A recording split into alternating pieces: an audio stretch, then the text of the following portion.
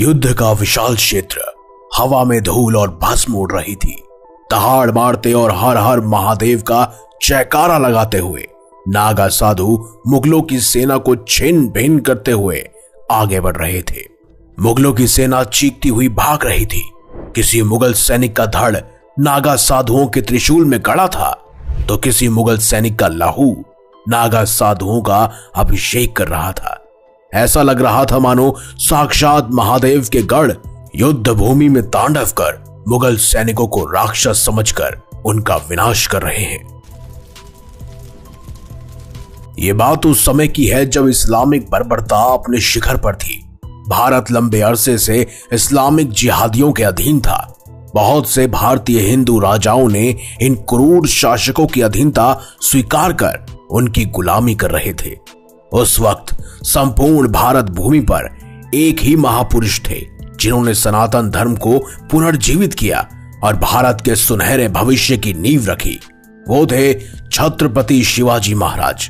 लेकिन महाराज शिवाजी दक्कन में मुगलों के साथ युद्ध में व्यस्त थे और उत्तर भारत में हिंदुत्व का तूफान धड़कना अभी बाकी था।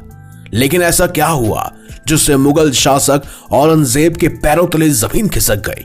वो सोचने पर मजबूर हो गया कि छत्रपति शिवाजी से लड़ूं या फिर उस तूफान से जो उत्तर भारत में मुगल शासक औरंगजेब के शासन को मिट्टी में मिला रहे थे।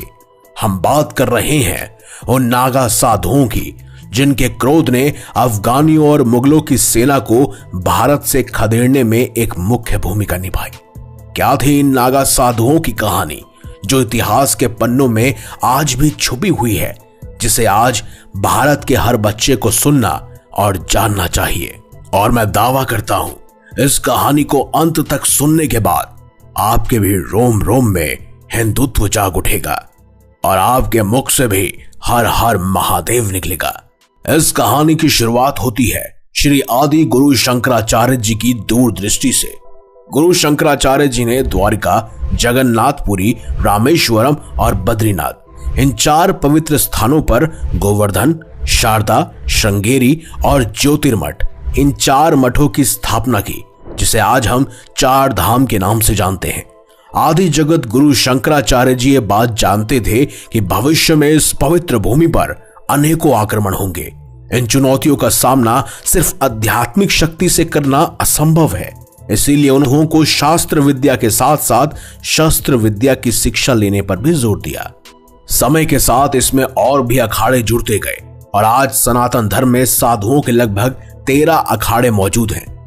हमारी संस्कृति पर होने वाले आक्रमणों के इस दौर में ये अखाड़े एक सुरक्षा कवच का काम करते आ रहे हैं। नागा साधु इन्हीं अखाड़ों से आते हैं। 16वीं सदी तक नागा साधु अत्यंत शांत प्रिय जीवन बिता रहे थे। लेकिन उस वक्त मुगल शासक अकबर हिंदुस्तान पर शासन कर रहा था। मुगल सेना जानबूझकर साधुओं के आश्रमों और मठों में जाकर उनकी हत्या करने लगे, उनके आश्रम और ग्रंथ जलाने लगे। इससे ग्रस्त होकर बंगाल में जन्मे महान तत्वज्ञानी और तुलसीदास जी के प्रिय मित्र श्री मधुसूदन सरस्वती जी अकबर से मिलने गए, लेकिन अकबर ने उनसे मिलने से मना कर दिया। मधुसूदन सरस्वती जी आगरा से लौटे और उन्होंने सारे नागा साधुओं को एकत्रित किया। सभी नागा साधु काशी पहुंचे। सबने सनातन धर्म की रक्षा के लिए शपथ ली। नागा साधुओं ने आक्रमणकारियों को सबक सिखाने की ठान ली थी। उन्होंने अपनी जान की परवाह न करते हुए सभी साधुओं की रक्षा की और उन्हें मुगल सेना से भी बचाया। कुछ साल बीत गए, फिर आया एक ऐसा साल जहां कत्लेआम मचना भी बाकी था।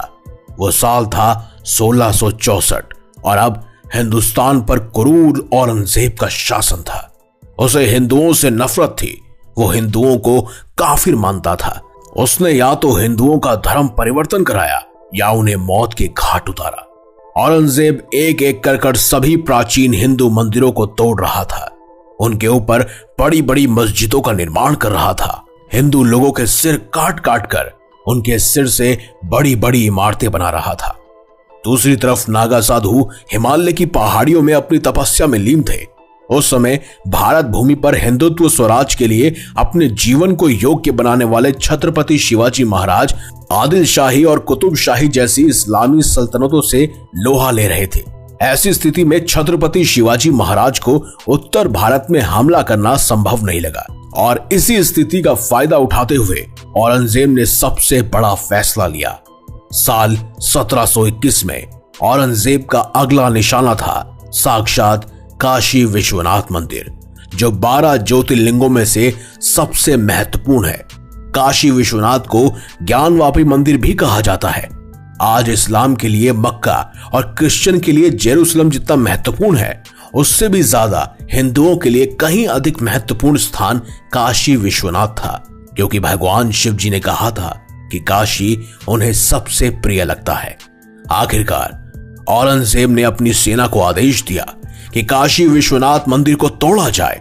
औरंगजेब की विशाल सेना काशी में हमला करने पहुंची। वहीं दूसरी तरफ जैसे ही नागा साधुओं को पता चला, वैसे ही सभी नागा साधु हिमालय की पहाड़ियों से नीचे आए। उन्होंने काशी की तरफ प्रस्थान किया। वो सूर्य उदय का समय था। महानिर्वाणी अखाड़ा के लगभग 40,000 नागा साधु हाथ में त्रिशूल लिए, शरीर पर भस्म लगाए काशी में आ पहुंचे। उन्होंने काशी में शंखनाद किया और शिव की नगरी काशी शंखनाद से गूंज उठी। यह शंखनाद मुगल सेना के मन में डर पैदा करने के लिए काफी था। औरंगजेब ने कल्पना भी नहीं की होगी कि नागा साधु काशी विश्वनाथ मंदिर को बचाने के लिए उसके सामने पहाड़ बनकर खड़े होंगे। आखिरकार युद्ध का ऐलान हुआ। नागा साधु हर हर महादेव का जयकारा लगाकर मुगल सेना पर टूट पड़े। नागा साधुओं के हाथ में त्रिशूल के अलावा कोई अन्य अस्त्र नहीं था, जबकि दूसरी तरफ मुगल सैनिक बहुत सारे अस्त्रों शस्त्रों से लैस थी। उनके पास घोड़े, हाथी और बहुत सारे दस्ते मौजूद थे। नागा साधुओं ने महाकाल का रूप धारण करके काशी में तांडव मचाना शुरू किया। हवा में सिर्फ धूल और भस्म उड़ रही थी। नागा साधुओं के मुंह से हर हर महादेव के जयकारे गूंज रहे थे। वहीं दूसरी तरफ औरंगजेब की विशाल सेना चीखती चिल्लाती इधर उधर भाग रही थी। किसी के सर धड़ से अलग होकर नागा साधुओं के त्रिशूल में गड़े थे, तो किसी मुगल सैनिक के शरीर से निकल रहा खून नागा साधुओं का अभिषेक कर रहा था। आखिरकार सूर्यास्त का समय आया। कई हजार नागा साधुओं के रक्त से काशी और भी पावन हो चुकी थी, लेकिन उससे कई गुना अधिक रक्त औरंगजेब की सेना का बहा था। अब तक 300 से भी अधिक मंदिरों को तोड़ने वाले औरंगजेब और उसकी सेना ने इस भयानक दृश्य की कभी कल्पना भी नहीं की होगी। सूर्यास्त होते ही मुगल सेना काशी से भाग खड़ी हुई। औरंगजेब के पैरों तले जमीन खिसक गई कि आखिर साधना करने वाले कैसे एक विकराल रूप धारण कर सकते हैं। और इस युद्ध से औरंगजेब को गहरा सदमा लगा। लेकिन नागा साधुओं का पराक्रम सिर्फ यहीं तक नहीं था, बल्कि इसके बाद भी उन्होंने मुगलों और अफगानियों से कई युद्ध लड़े। सन 1751 में प्रयाग के संगम तट पर कुंभ पर्व का आयोजन हुआ था और इसमें हजारों नागा साधु एकत्रित हुए। उन दिनों अवध क्षेत्र में अफगानों ने उत्पात मचा रखा था। प्रयागराज भी इन अफगानों के आक्रमण से पीड़ित था। कहते हैं कि महंत राजेंद्र गिरी के नेतृत्व में 1200 से अधिक नागा साधुओं ने अफगानों पर आक्रमण कर दिया और उन्हें चौतरफा घेर कर यहां से खदेड़ दिया। इस युद्ध का विवरण इतिहासकार सर यदुनाथ ने भी अपनी पुस्तक अ हिस्ट्री ऑफ द शनामी नागा सन्यासीज में किया है। अब अफगानियों को नागा साधु द्वारा मार पीट कर खदेड़ा गया। तब एक बार फिर अफगान आक्रमणकारी अहमद शाह अब्दाली ने नागा साधुओं से बदला लेने की सोची। सन 1756 में उसने फिर से मथुरा पर हमला कर दिया। अब्दाली ने मथुरा में कत्लेआम मचा दिया। इस कत्लेआम का शिकार जनता के साथ साथ साधु संत भी हो रहे थे। यह समाचार पाकर नागा साधुओं का एक जत्था, जिसकी संख्या 5000 से लगभग थी, वो सब सीधा मथुरा पहुंचे। जिसके बाद नागा साधुओं का अहमद शाह अब्दाली से सीधा सामना हुआ।